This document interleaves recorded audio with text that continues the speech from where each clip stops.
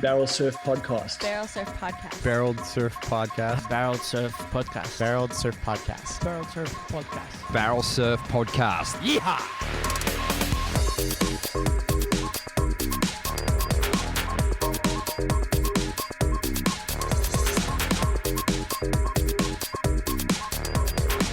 Aloha. Yo. Welcome back, Jack McCoy, to the Barrel Surf Podcast. My name is Tbone. Absolutely stoked again to speak to you. This time we're talking about another anniversary of an epic, iconic surf film, The Blue Horizon. So, firstly, Jack, thanks for joining, mate. And how you been? Where are you at the moment? Have you started the tour? Right now I'm on the mid-north coast on my property. I've got 40 acres, about 5 minutes from the beach, 8 minutes from Woolworths. Nice. So I'm in a beautiful location. I'm surrounded by a national park. Beautiful. I'm living actually in a fire trap, but we try not to deal with that, do reduction burns and all that sort of thing. But basically, I'm on the North Coast where I've been for about 7 years now. Now, I did notice a Burning Spears surfboard sitting on the couch there. It looked like a swallowtail. Am I right? Was that a Burning Spears, Alan Byrne?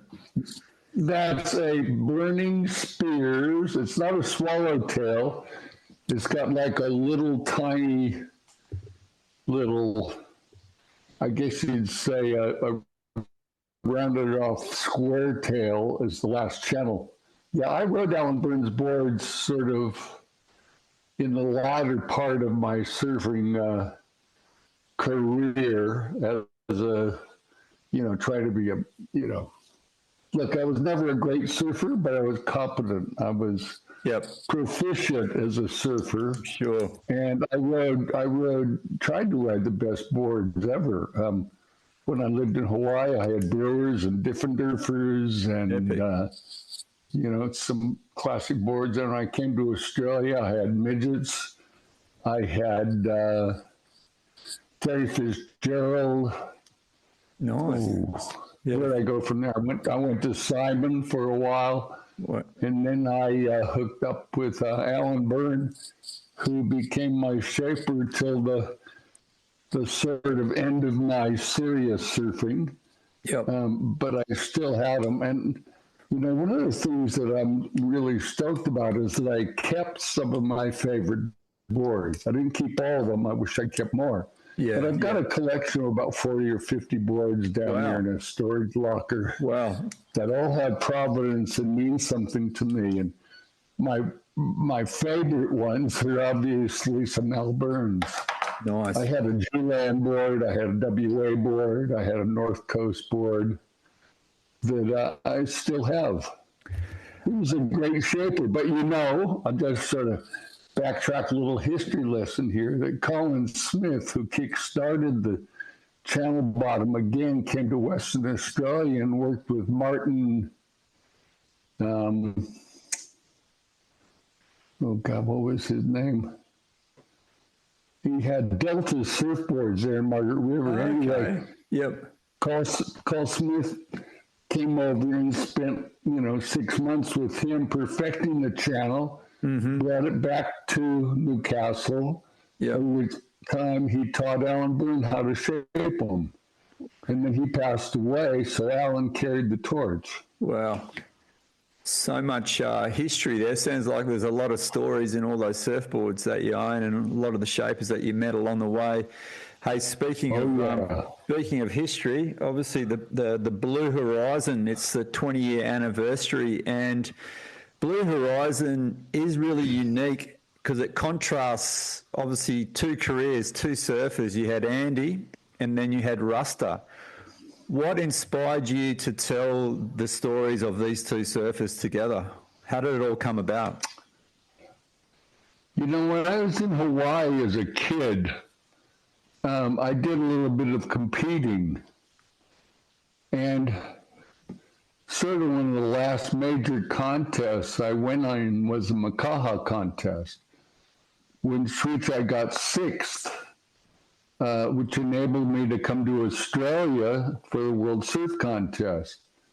But the following Monday, when I went to school, a couple of the guys who I'd beaten along the way through wouldn't talk to me. They were pissed off.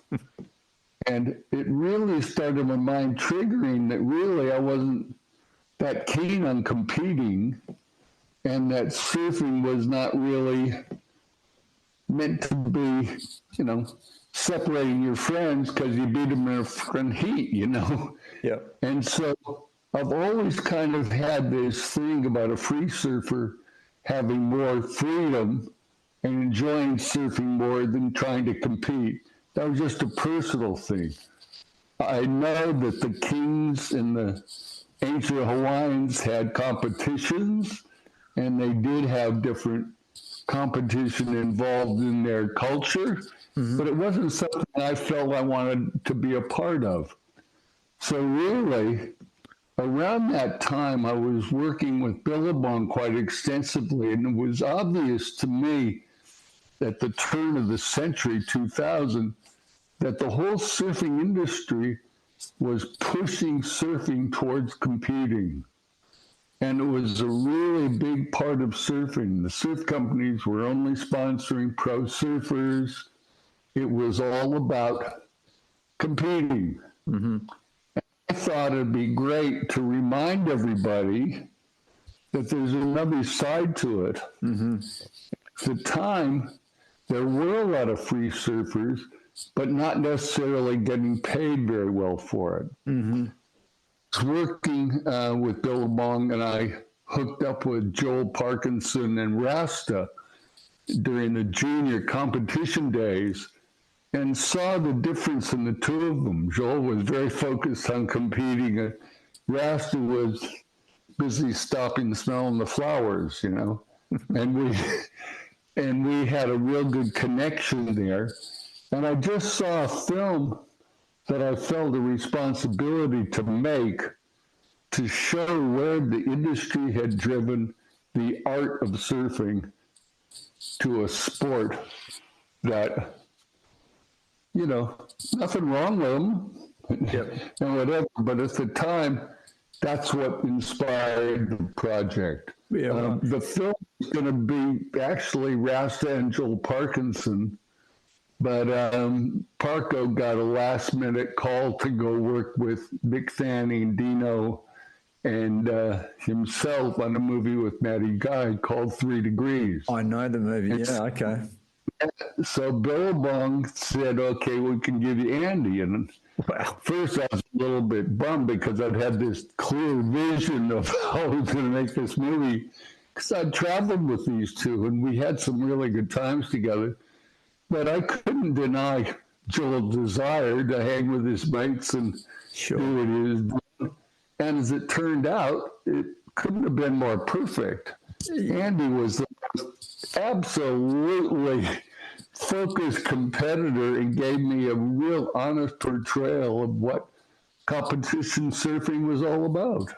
Yeah, exactly. I didn't realize that Joel Parko was the original selection, but Andy Irons, how perfect did that turn out? That Andy and Rasta seem like polar opposites, Andy's like the fierce competitor, and obviously Rasta was the free surfer. What was it like working with them individually? The differences between the two personalities. Well, deep down, see, I grew up in Hawaii, and I experienced the racial prejudice that us Howleys had in sort of island local schools. Hawaii was this beautiful place, and the white man turns up and says, oh, you guys can't hang around and go surfing and do this, you have to go to work. And then they turned it into this, sitting around doing nothing while the Hawaiians are working. And so there was this thing when I was growing up in high school that was very tough to deal with until you actually have an experience where you snapped and went nuts and went psycho and they never touched you again, But basically, Andy grew up in the same environment. He was a Howley kid, blonde-haired kid in a school, and it would have been tough for him with the racial prejudice that was directed at people like him. And so he put on this real tough guy exterior. But as I got to know Andy, I could relate totally to him. And he was the nicest, softest, coolest, loving human being. You know, I had a picture of him. I can't find it now. I wish I had it. But it's Andy holding a little kitten in his hands, you know. And it was such a great example of where he was at as a human. Mm.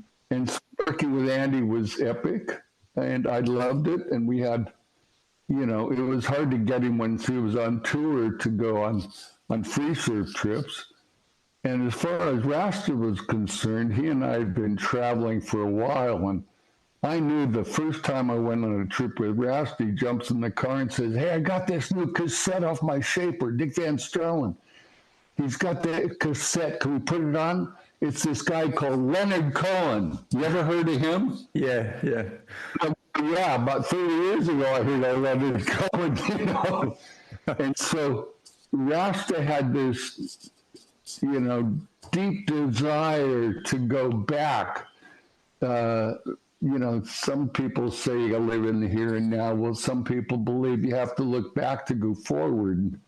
I think Rasta was one of those people who could see that he could learn from the past. You know, we'd be driving along, he'd go, "Tell me about Jerry Lopez," or "Tell me about Fairley," or, you know, and we'd have these great conversations. So working with the two of them was just, you know, for 2 years, it was pretty magic. Yeah, I bet it was. Tell us about the time when Andy and Rasta first met, because that was in Tahiti. Is that correct? Correct. So what happened is that I'd been given the budget to make the movie, and it was just before the Quicksilver Pro on the Gold Coast. And I go up there thinking I'm going to film Joel Parkinson, who ended up winning the contest. And it was a bit of a shock to be told that he was going away and he wasn't going to be working on the movie. But they did give me Andy. And so the first opportunity we had to get together to film together was that first trip at the Billabong Pro. We went to Tahiti.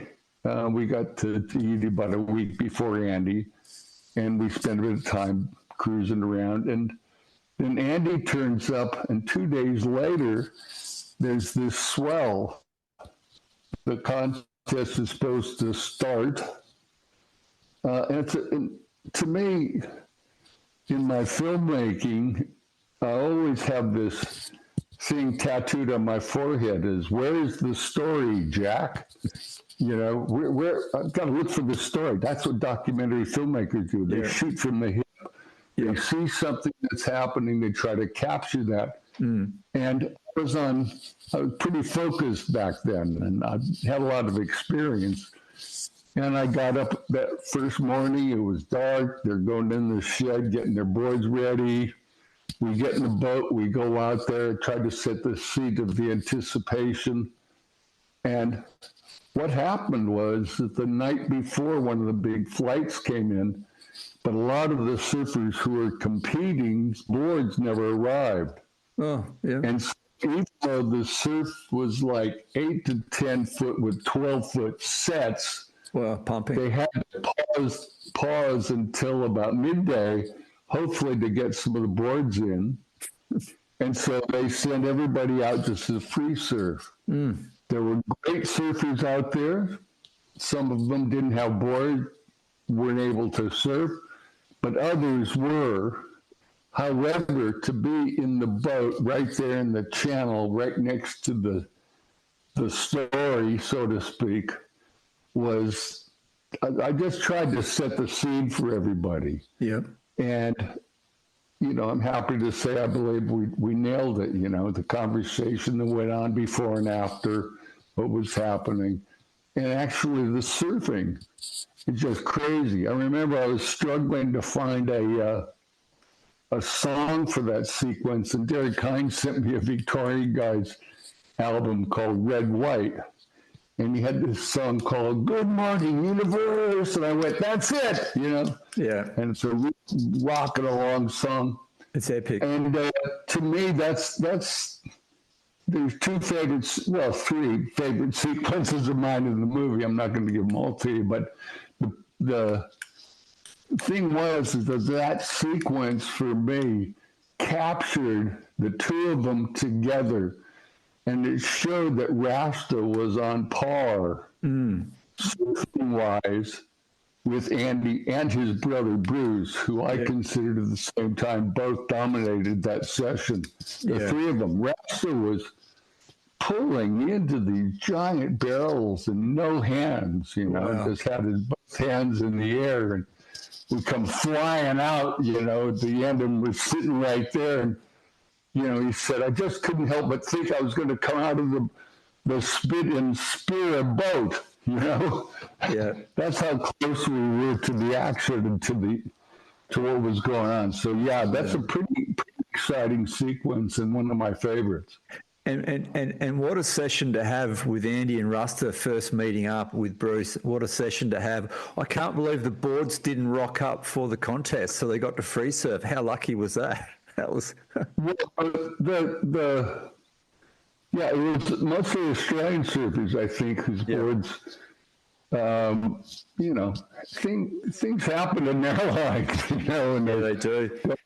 Leave these to the next flight or whatever. Yeah, on that situation, there, you know, Blue Horizon.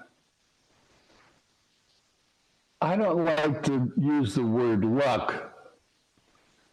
Because luck, anyway, it's a funky word for me, you know. I prefer something a little more about destiny.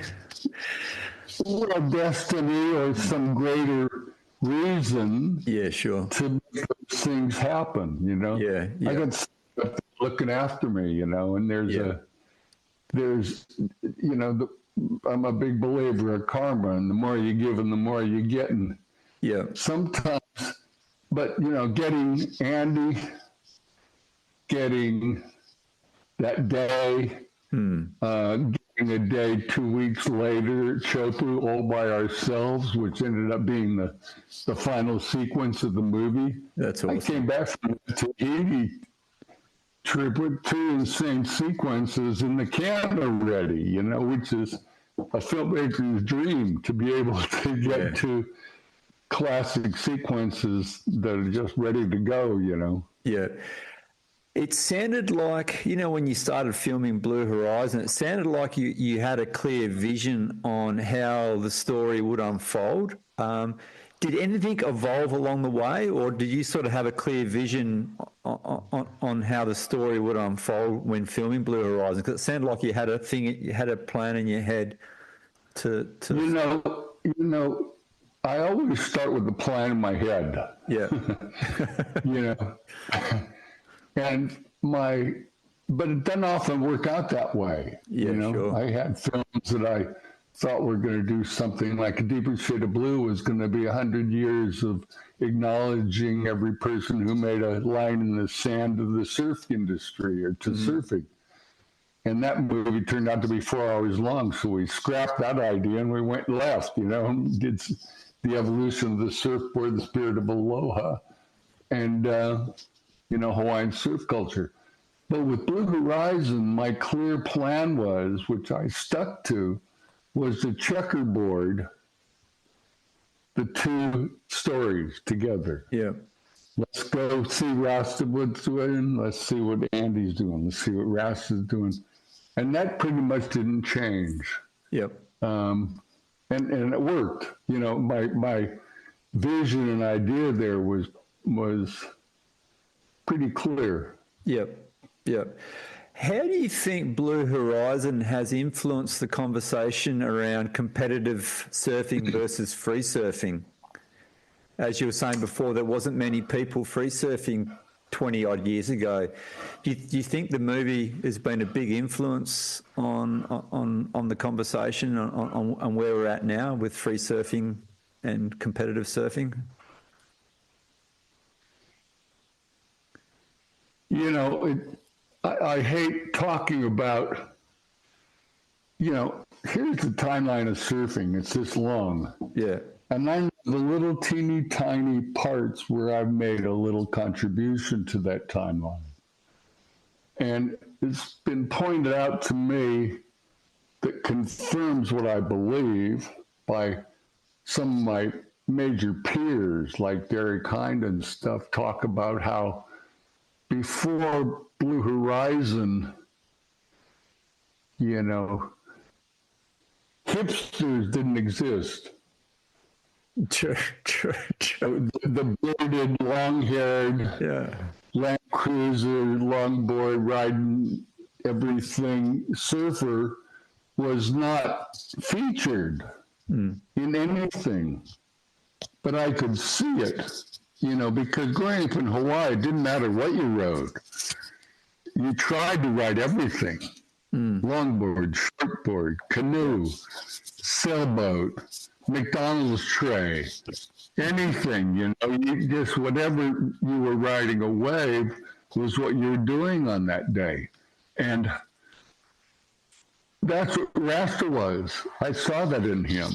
Yeah. And the other thing that's been pointed out to me, and this was pointed out to me by Rusty Priesendorfer, that after Blue Horizon, in the movie in Chile, Derek pulls out a twin fin that Tom Curran rode. Twin fin fish. Okay.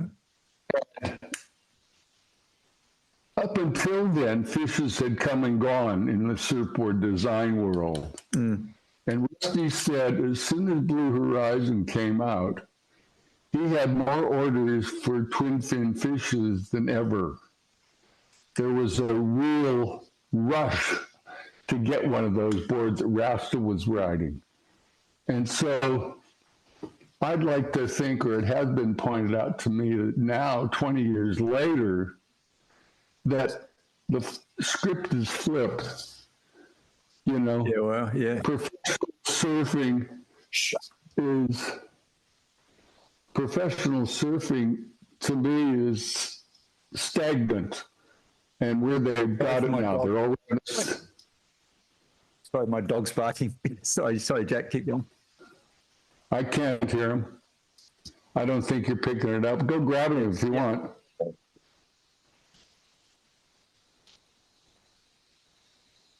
Sorry, mate. Keep going. Oh, it's a Labradoodle. No, it's a Shih Tzu Maltese, is it? It's a cavoodle.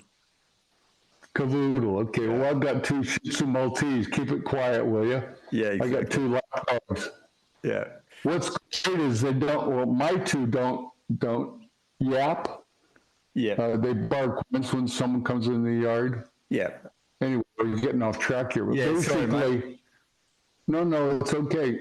Basically, it's like the whole thing is flipped now. Being a hipster is cool. Being a competitor is kind of like, Yeah.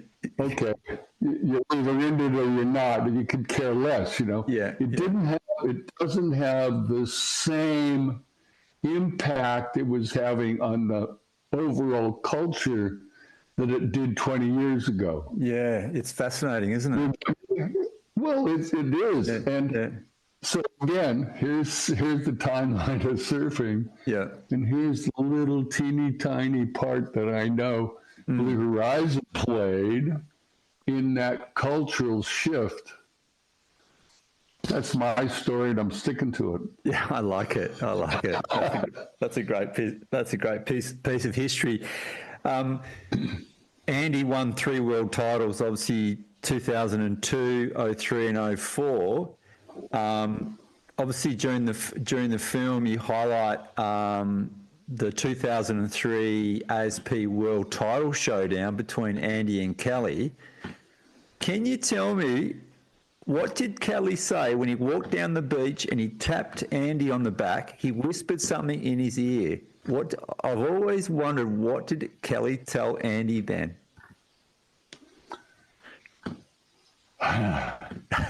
You know, just going back to that last point, is that during Blue Horizon, the reason that surfing competitively was so popular was because it had this rivalry of two of the greatest surfers of all time competing against each other in a rivalry. And I just happened to have the stars lined up to get the result. I broke my ankle and didn't go film that section. I sent a guy named Ben Davies to it. Yeah. There's a story in Beach Grit today that came out about Ben talking about what happened then. Yeah. You ought to go check that out. That's pretty cool. But basically, I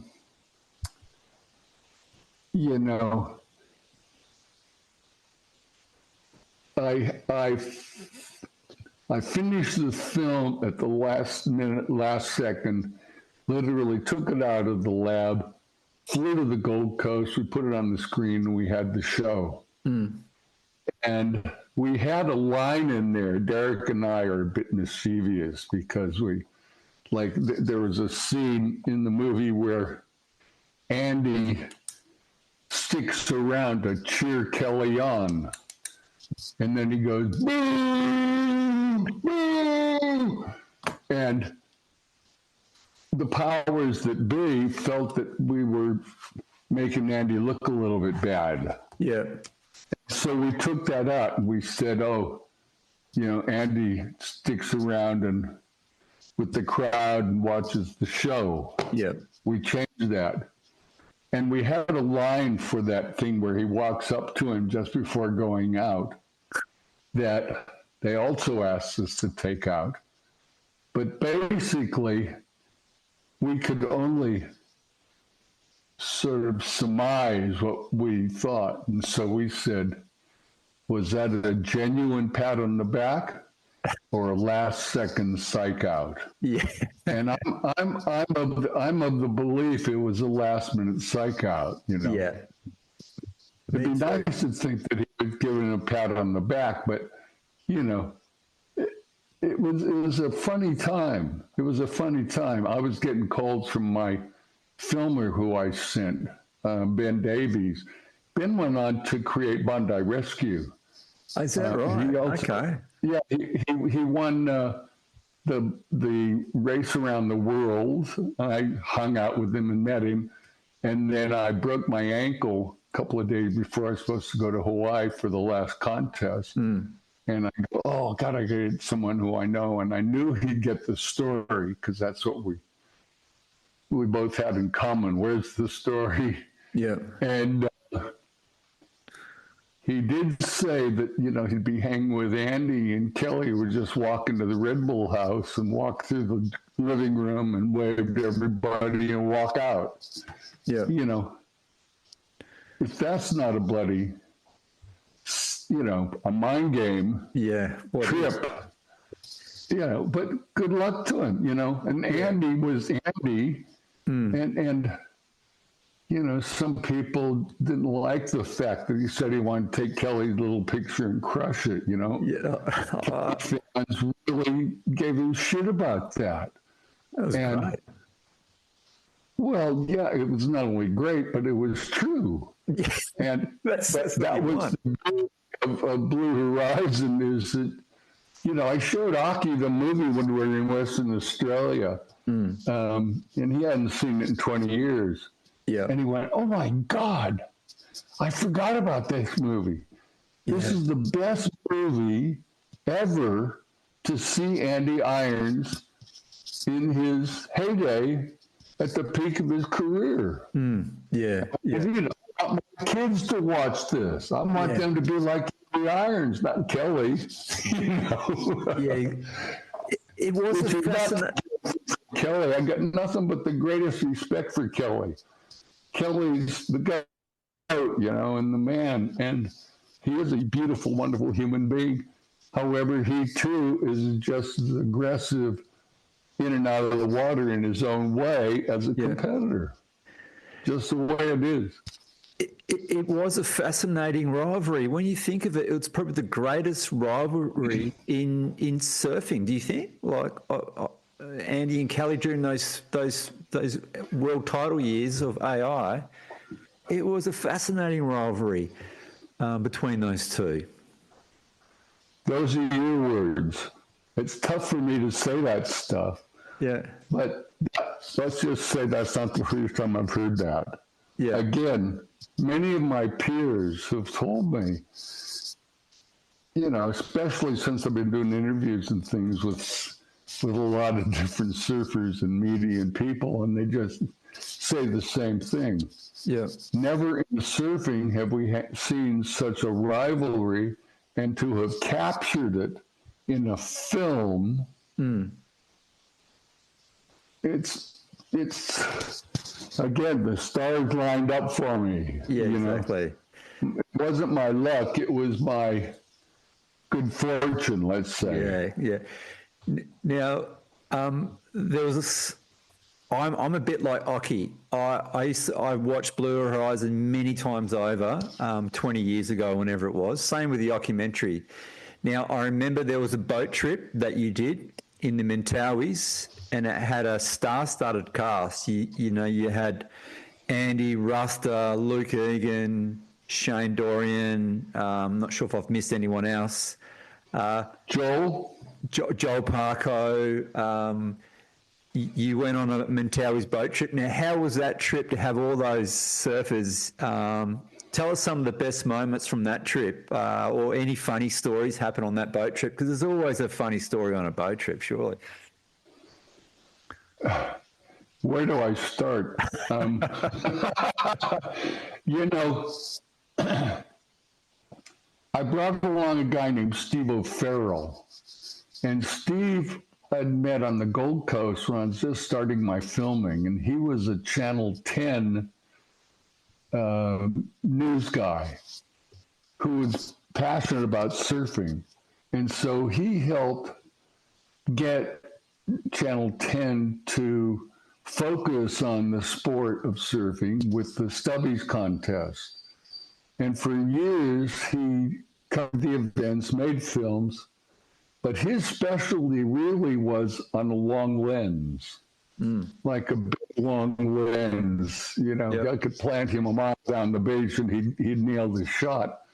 And it used to be then, before, you know, autofocus, that you had to actually focus the lens, which was crazy. I used to go to the airport and practice filming with my long lens of airplanes taking off and landing.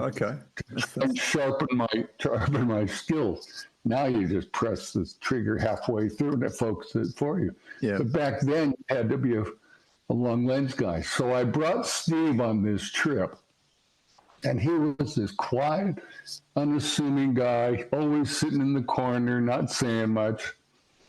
And we had this one day at this surf spot called Rifles. And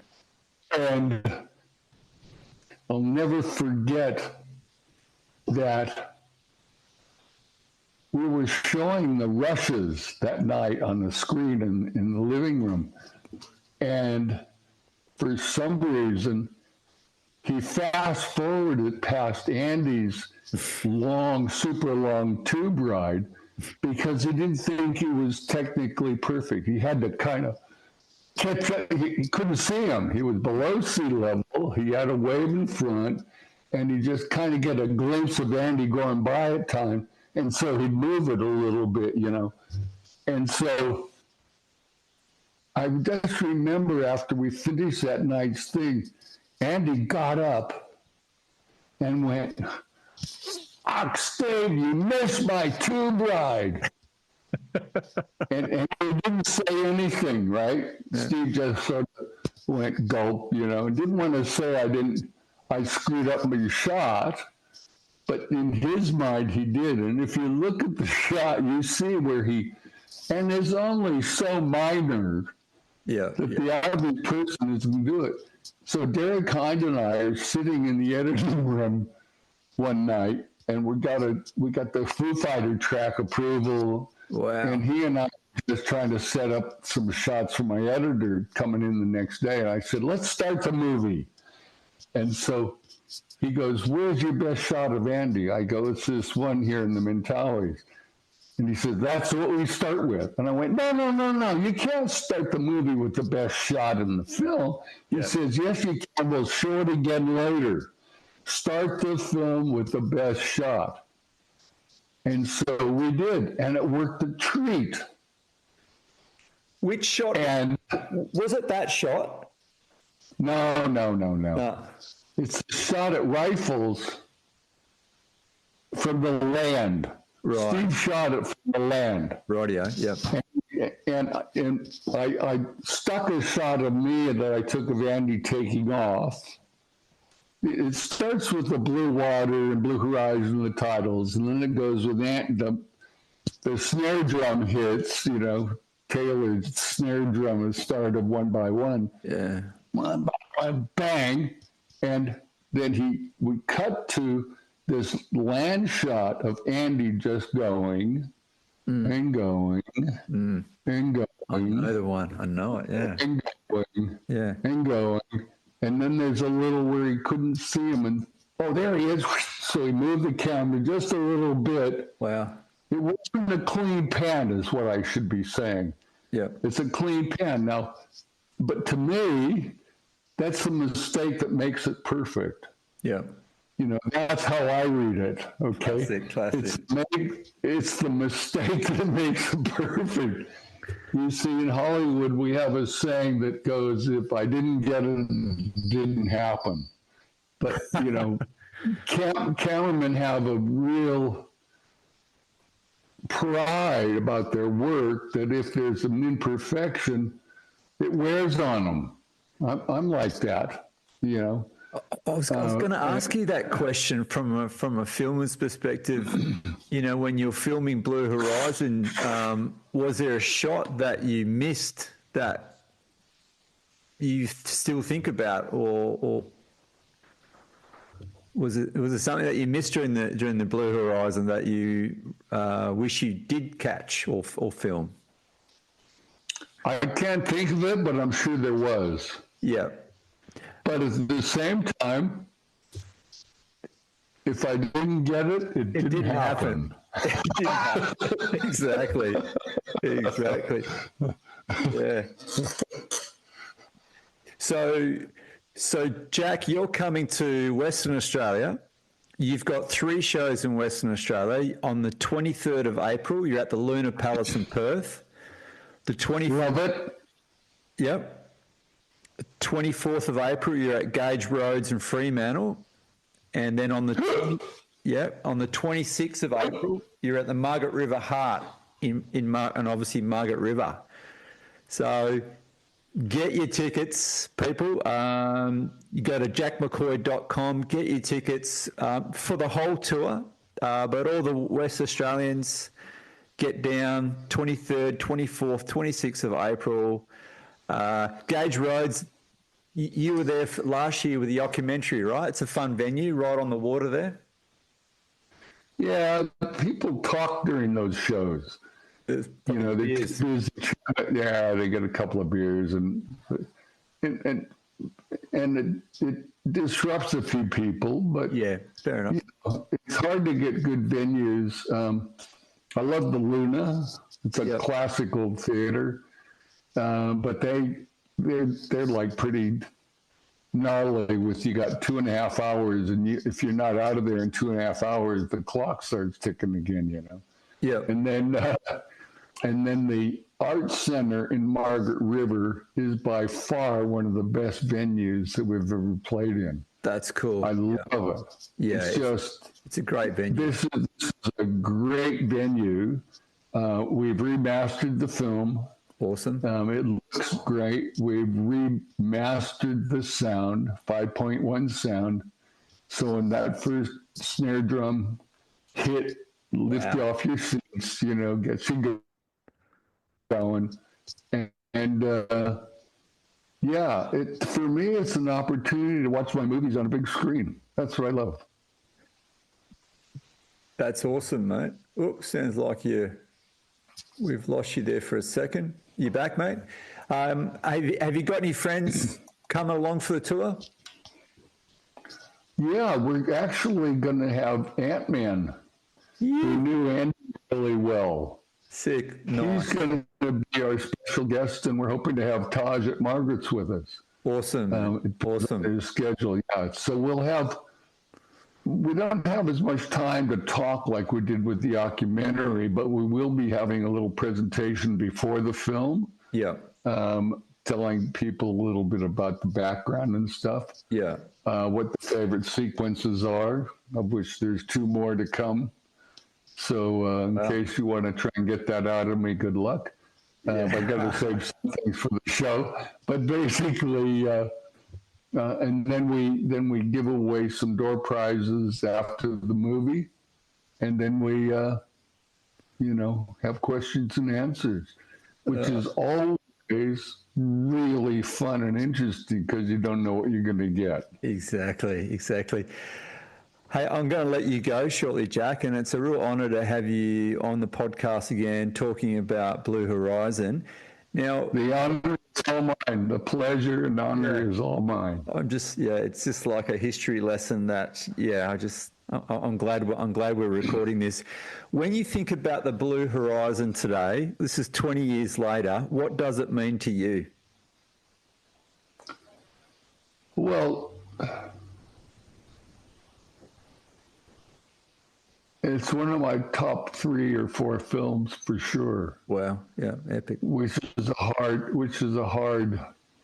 you've got a lot of over 30 films, and it's like they're all your kids, and I mean, for me, it's like they're all souvenirs of my life. I watched,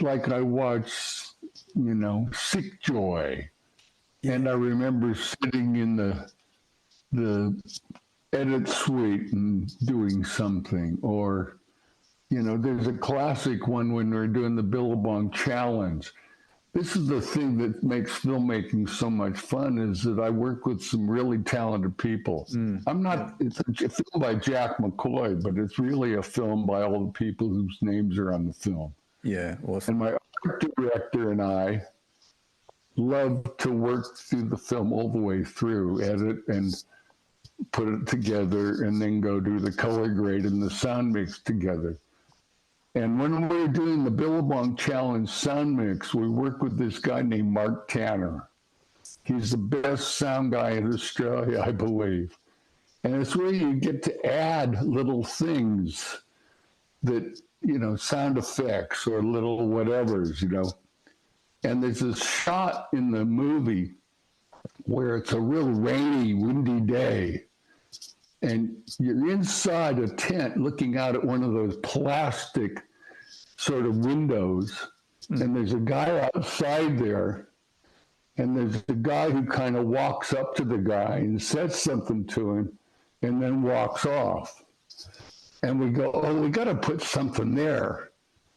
And we're racking our brains trying to figure something out. And Mark Tanner, my sound guy, goes, I got something.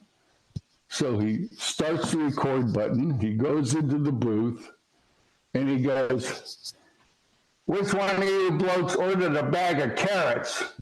Oh, that'd be Rabbit. He's in the tent down the road there. Yeah. And that's the sort of stuff that just comes off like spontaneously. Yeah. It's what makes for me the little moments that's when the film really starts to be made. Wow, that's awesome. I love it how you call it a souvenir of your life. So, yeah. I know what music I was listening to on the beach when I was filming that day. Man, you got such great soundtracks. I reckon the movie made Foo Fighters. What were you listening? Say again? What music were you listening to? Oh God, Aki. A lot of times I was listening to Aki, or I was thinking of that. But really, music is 50% of the movie. Yeah. It's the emotion. Yeah. It's as equal as the picture. Yeah. I'm only 50% of that movie. Yeah. Wow.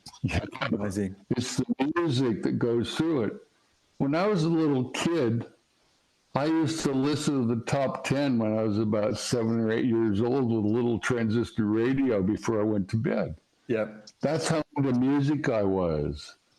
And we're talking Frank Sinatra and Perry Como and Frankie Avalon and, whatever. But basically, music has been the soundtrack to my life. Yeah. And I take pride in the fact that I get to make movies. That's awesome. Well, listen, Joe, it's been an honour, and I'll just let all the punters know. So you're kicking off the tour, the Blue Horizon tour, 20 years. You're kicking it off in Perth, April 23rd. You're at the Gauge Roads in Fremantle, April 24th, and you're down in Margaret River, the April 26th. And then you've got Melbourne, Geelong, Lorne, Avoca, Randwick, Wollongong, Gold Coast. So then you go all around Australia. So get on jackmccoy.com, get your tickets. Thanks again, Jack. I can't wait to watch it all remastered, and aloha, my friend. And safe travels over to WA, and I look forward to catching you over here. What show are you coming to? I'm going to go to the Margaret River one. Oh, great. Okay, is your name down on the list? I'll put it on. Yeah, awesome. So you're just going to pick your tickets up at the door and say, I'm Tbone, where's my tickets? Exactly. Tbone podcast.